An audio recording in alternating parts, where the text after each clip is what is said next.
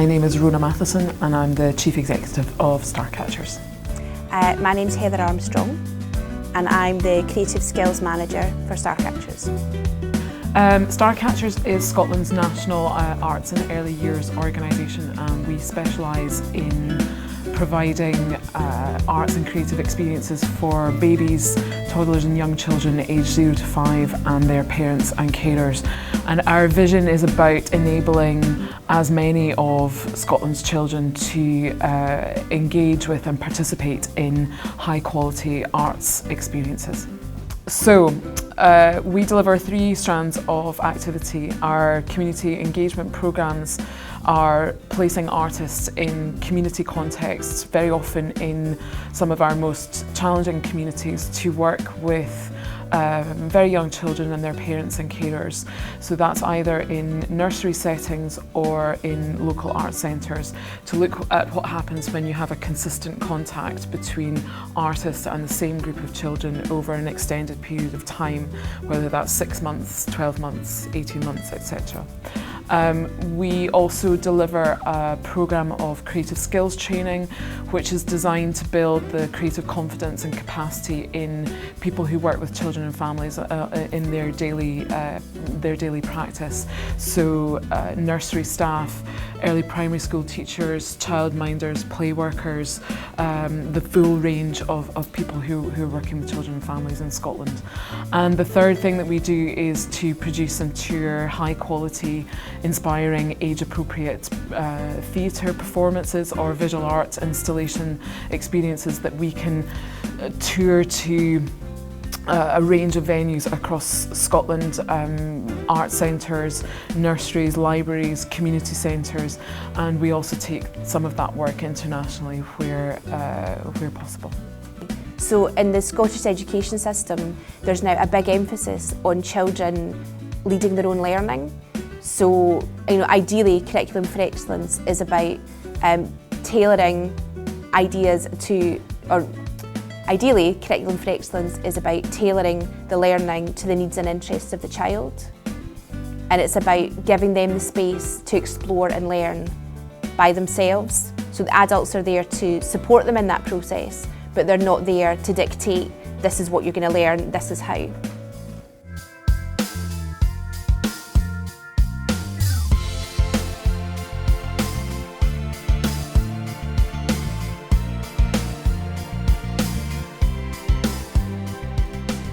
Babies are born with really flexible brains. In the first 3 years of their life, between 80 and 90% of the connections in the brain are going to be hardwired. And that means in the first 3 years, all the experiences that the baby has will help shape the physical brain that they end up with.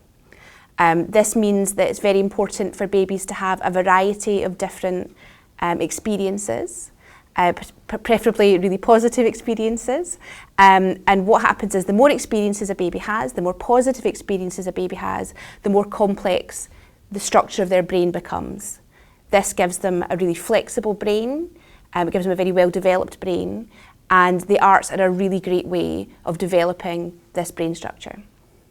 If you imagine bits of information are coming in, so say this is the colour yellow, say baby sees something yellow and feels that it's gloopy, and say this is, just for instance, say this is the part of the brain that goes, hey, that's custard. Baby sees the custard, tastes the custard, feels the custard, and connections start to form. Okay, and the more baby tastes and sees custard, the stronger these get. 그리고 나서 한번 먹어보니까 이쪽하고도 연결이 되고 맛하고도 연결이 되고. When the baby sees yellow paint for the first time, if this was its brain, it would go, oh, it's custard, but it's not custard. It's a different taste, and actually, if this is the paint bit, then it's about joining up. So one of the connections that can be really, really beneficial, for instance, would be how to connect hearing a story and reading a book with sitting on your mummy's knee and getting a cuddle. So if we see that as a really positive experience, if reading a book is there, we can link it up in lots of lovely positive ways. 그러면은 이때 And if your baby sits on the mummy's knee and gets a cuddle and reads a book every night, they start to associate the region of the book with the cuddle and being warm, and so they think of books as being a really positive, lovely thing. Okay. So babies and young children benefit from repetition, and particularly the repetition of positive experiences. 그래서 아이들 같은 경우는 반복. So those connections get really strong. They also benefit from a great variety of experiences, and the more, in particular, the more positive experiences they have, and that's positive things that they've seen and taste and touch and taste, actually the more complicated their brain gets. This isn't a very complicated brain. You got all these positive experiences going in, and that's when the brain 서로 연결이 되는 거죠. 뇌 안에서는. starts to get really complex. 그러면서 이제 뇌가 굉장히 복잡할 때 얽혀지는 겁니다. It also means if you have a complex, well-developed brain like this, then it becomes a more flexible space because you've got more roads to get different places. And you actually see in brain scans of babies who haven't been nurtured, who've grown up in difficult circumstances, their brains aren't as developed, and in some cases they have kind of patches of where. So what we're going to do, first of all, is we are going to do a little exercise to warm your brains up again. I'm going to give you some paper, and what I'd like you to do is write down 3 different kinds of words. And so the first set will be, we'll have like visual stimulus, so things that you can see with your eyes. The second type of stimulus I want you to write down is auditory stimulus, so things you can hear. And the third set of words should be tactile, so soft, jaggy, slippy, things like that. So the way this game works is you take one piece of paper from each pile, and then you take a look at them and try and figure out what they could be describing. Loud, 아니면은 loud, 시끄러운 jagged, 이렇게 울퉁불퉁한 and 그다음에 striped. 줄무늬 이렇게 돼 있거든요. So something loud, jagged and striped. It could maybe be a tiger with jaggy claws. 호랑이 생각해서 호랑이 뾰족뾰족한. I guess it's both. The reason we do this activity is so that artists start to think about sensory experiences for babies. So, you know, it's not just about babies watching something, but actually if they're touching something, if they're hearing something, if they're smelling something, it's going to make a more complex and rich experience for them. So I think it's important for artists to start to think about that. And the other reason we do this exercise is because I want to get artists thinking about babies' brains and really understand the positive impact that they can have on those babies' brains in those early years. So both labs wanted to look at the difference between direct instruction, so teaching directly, versus giving children the opportunity to explore. So the first group of children, the adult went in and went, okay, I'm a teacher and I'm here to teach you about this toy. When you squeeze here, 이쪽을 꾹 누르면 이런 소리가 나고 when you squeeze here, 이쪽을 꾹 누르면 it goes ding ding ding, 이런 소리가 난다. 이렇게. ding ding ding, ding ding ding. And then they gave the toy to the children, and the children went, oh, great, honk, ding ding ding. With the second set of children, the adult made a point of not acting like a teacher. So they went in and went, oh, I've just found a toy. I wonder what it does. Ding, ding, ding. Ding, ding, ding. Wow. I wonder what else it does. 또 뭐가 무슨 소리가 나지? And then they gave the toy to the children. And the children went, ding, ding, ding. 그랬더니 애들이 Boop, boop. Wah. They explored the toy, and they found out more about the toy than the first group. So the first group rightly thought this is a teacher. She knows what she's doing. She's taught us 2 great things about this toy. That must be what that toy does. But for the second group, because it was shared as something new and exciting to explore, the children took it upon themselves to do more exploration, and they learned more because of that. Schemas are patterns that have been identified in children's play, and they typically appear in lots of different cultures. And the reason they're important is because for young children, they're like a compulsion. They really feel a need to explore these certain patterns of play. If you know and recognise those certain behaviours, certain patterns of play, it means you can greatly enhance the programme that you put together for very young children, because you're tapping right into what they really feel that they need to do and what interests them. So a common example would be the trajectory schema, which is an interest in how things move. So if you imagine a baby sitting in a high chair, and after a while they've been eating, after a while they decide to drop a bit of food on the floor, and daddy goes, oh, wipes up. And then baby goes, oh, throws another bit of food on the floor. And then baby keeps dropping the spoon.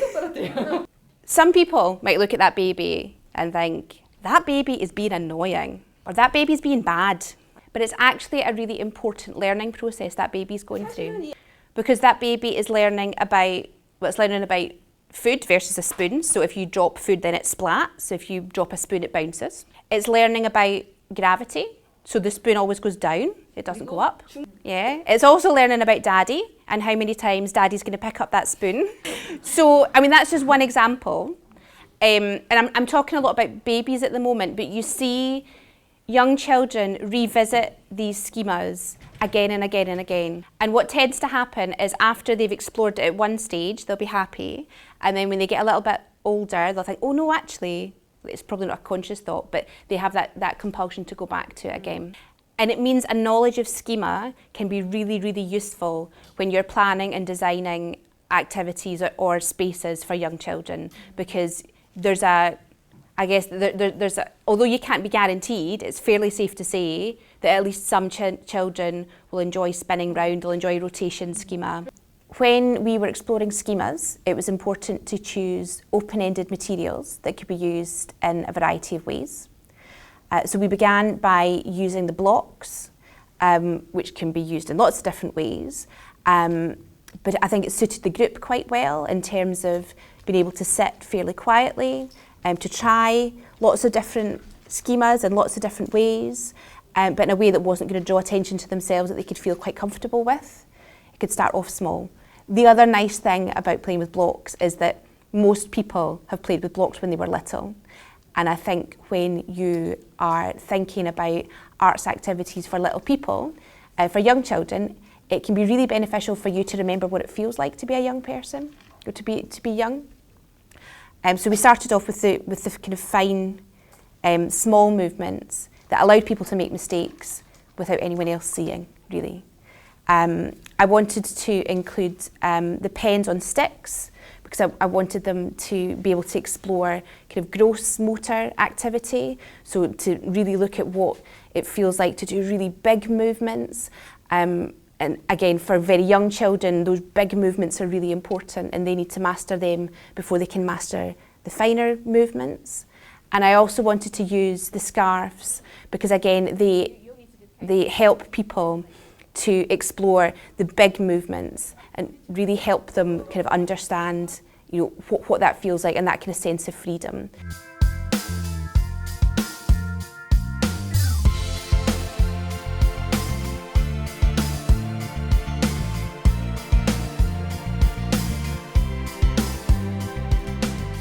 So if we all put our heads in the centre and we'll line our backs. 여기 이쪽 머리를 이쪽으로 대시고 다리를 이쪽으로 대시고 똑바로 누워주시면 됩니다.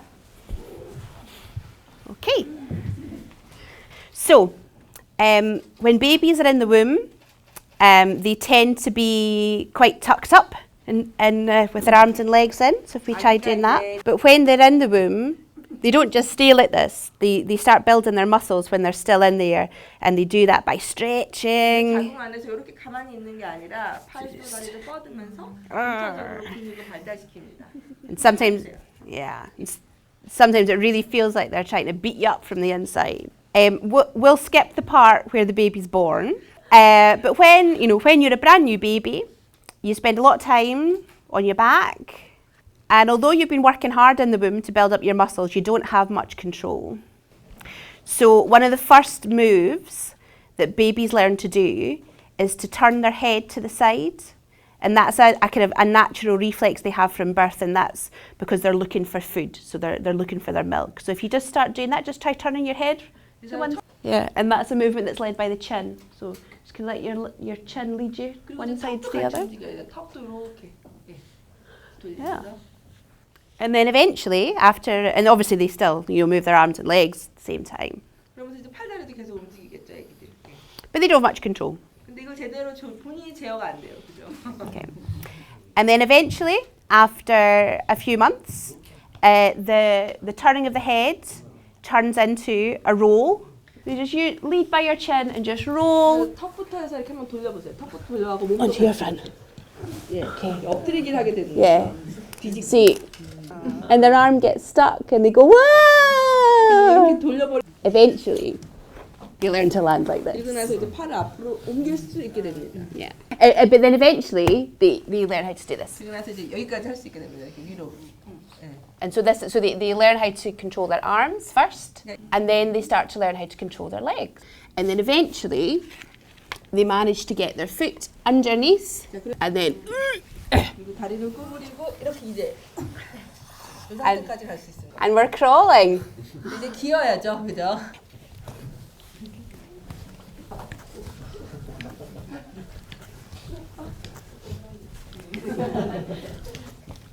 And so eventually they learn to go from here to here, and then after that it's about the stretching.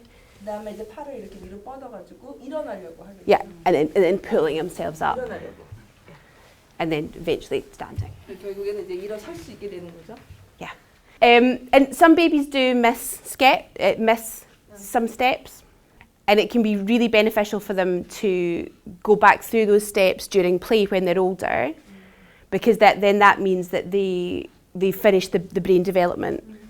So I've just taken you through a very quick explanation of that. This is all based on a theory called developmental movement patterns. We explored the different movements that babies develop as they get older. There's two important reasons that we do this. One, so that the artists really get a feeling of what it's like to be a baby and a little person, and to really think about how much effort is involved, and also to give them an understanding of how those movements develop.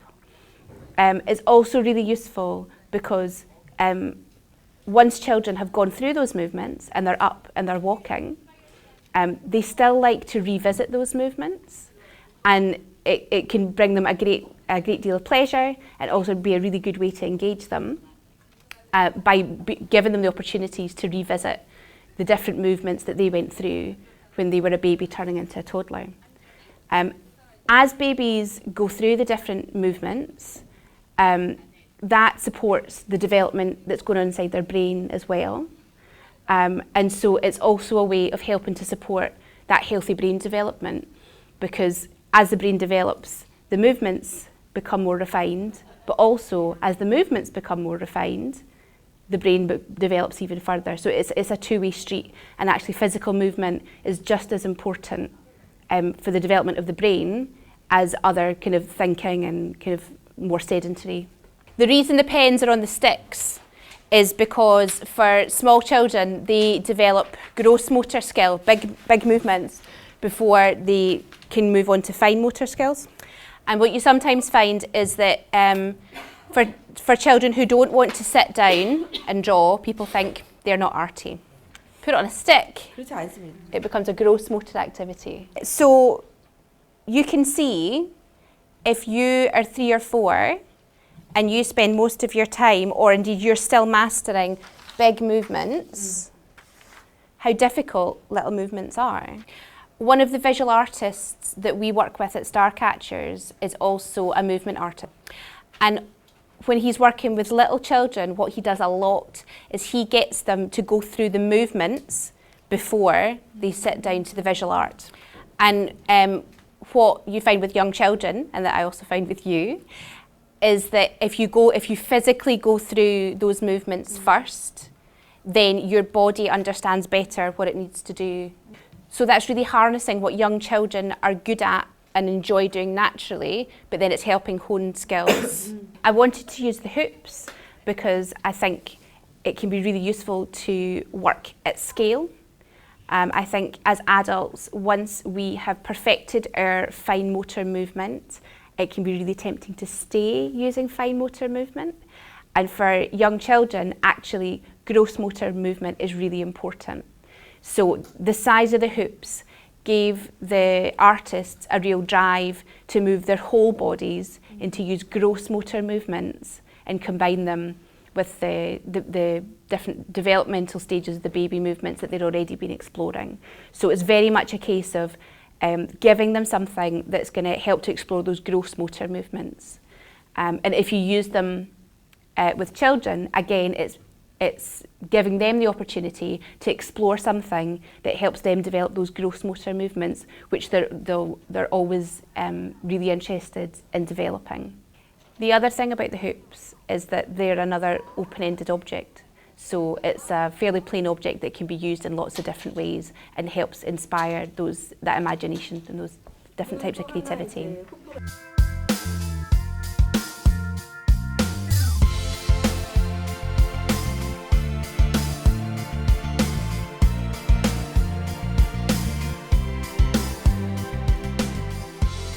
And part of being child-led is giving children, not just giving children decisions, but giving them the opportunity to make decisions that will change what happens in the room.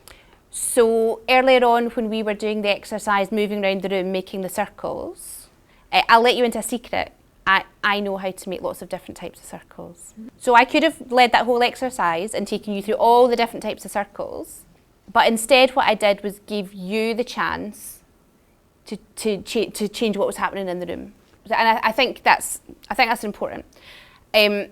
What's also important is making sure that if you're going to present something as a choice, then the children need to be able to see the impact of that choice. So sometimes, I don't know if this happens in Korea, sometimes what happens in Scotland is an artist will say they want to sing Incy Wincy Spider, the song about a spider. And what they'll do, they'll be with a group of young children and say, does anybody know a song about a spider? And 9 times out of 10, there'll be a little kid going, Incy Wincy Spider! But what happens if, instead of that, a child puts their hand up and said, Dave the Spider, the song I've just made up. If it's a child-led session, you kind of need to be okay with Dave the Spider. And what some practitioners would do would say, no, not that one. Can anyone think of another song? And I think that's a real shame. Because for the sake of a couple of minutes of a child being able to share their song of Dave the Spider, I think it's worth it. Because that child gets the chance to develop leadership skills, to say, oh, well, I'll teach you this song. Other children realise it's possible to make up your own song, but it's a new experience for those children. Would you like to go to a beach or to the forest? How can we make trees? How can we show trees with our bodies? It's a little tree. Oh, yeah. Yeah, no, that's lovely. That's really nice. Do we have another way to make a tree? 2 people together like this. Maybe a taller tree? 좀 더 높게 크게. Oh, excellent. And one other way to make a tree? 나무. Or just another shape of your body you could use, because we've got quite a little tree here, and we've got like a. 이쪽에 이제 작은 나무 있고 큰 나무 있고 그다음에 좀 특이한 형태가 있는 나무 어떤 거 있어요? A stump. Excellent. Okay. So you guys all did that really well. So could you be the tree with the leaves, and you be the tree together? And we have the stump here. So this is our forest so far. What else might we find in a forest? bird. A bird. Okay. How could we show a bird? Could someone be a bird? 누가 좀 새가 돼 보시겠어요? Yeah. Yeah. Hey, go for it. Go for it. Oh, lovely. Lovely. Yeah, in the tree. Brilliant. Thank you. Thank you. What other creatures could we find in the 또 forest? 어떤 게 있을까요? 어떤 동물이 있을까요? squirrel? A squirrel?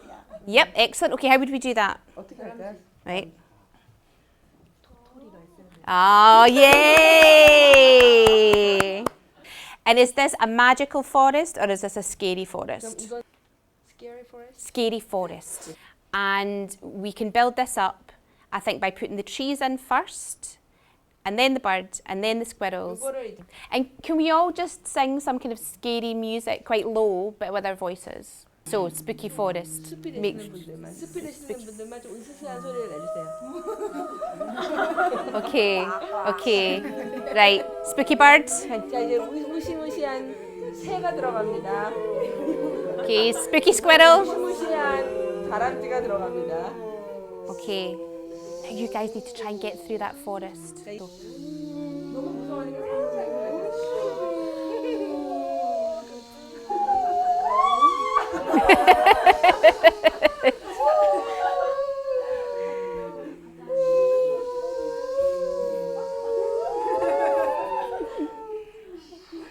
Yay! Well done, well done, well done! When we did the exercise where we were creating a scene, a spooky forest, what I wanted to do was give the artists a real practical example of how you can include your participants in decision making and how you can take those decisions and they will shape the artistic outcome of what you're working towards. So it's a concept that it takes away this idea that if you're the artist, if you're the adult in the room, then you're the one that has to be making all the decisions, and shows in a real practical way how you can bring children in as artistic collaborators.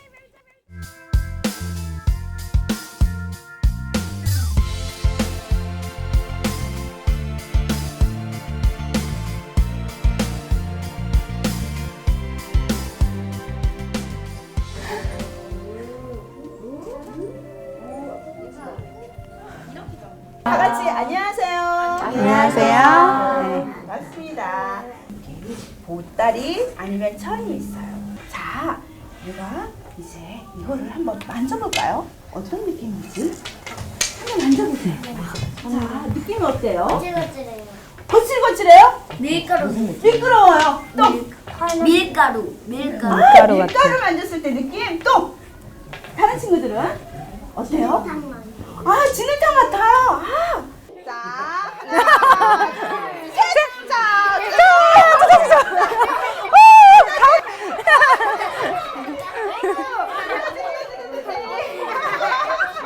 자, 우리 아빠는 무슨 소리 하는지 한번 들어볼까요? 쿵쿵. 네. 무슨 소리가 났어요? 칙칙 소리. 네. 자, 엄마는 뽕뽕 요정이었어요. 자. 사라랑. 네, 부드러운 소리가 났어요. 그러면 우리가 자, 엄마하고 내 마음이 같은지 다른지 한번 볼까? 네, 하나, 둘, 셋. 오! 왔어. 하나, 둘, 셋. 오! 둘.